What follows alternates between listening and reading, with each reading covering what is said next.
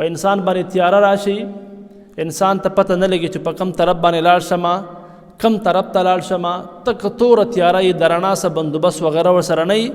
نو څنګه چې انسان په توره تیاره کې حیران او پریشان وي، سرګردان وي، لار ورته نه معلوم، یا ډایرک په انسان باندې تیاره راشي نو هغه خفه شي، حیران شي چې اوس څه وکړم، کم طرف ته لاړ شمه.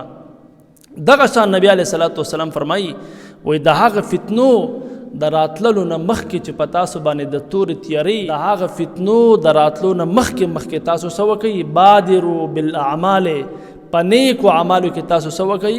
جلدي وکئ، نیک اعمال ډیر کوئ، د خپل ځان د آخرت دپاره تیار کئ.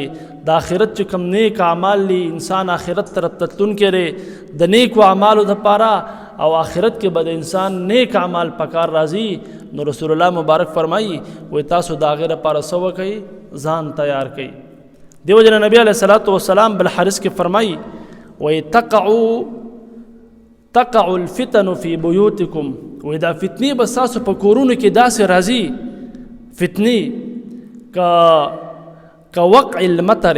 نبی علیه الصلاۃ والسلام فرمایي وایي دا فتنې به ستاسو کورونو ته داسې رانوځي، داسې زر به راځي لکه څنګه چې د باران د اساس کې مونږ باندې راځي.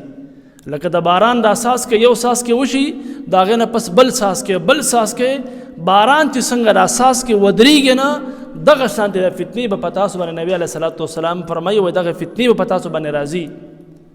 نو د هغې لپاره مونږ تاسو له تیاری پکار دی.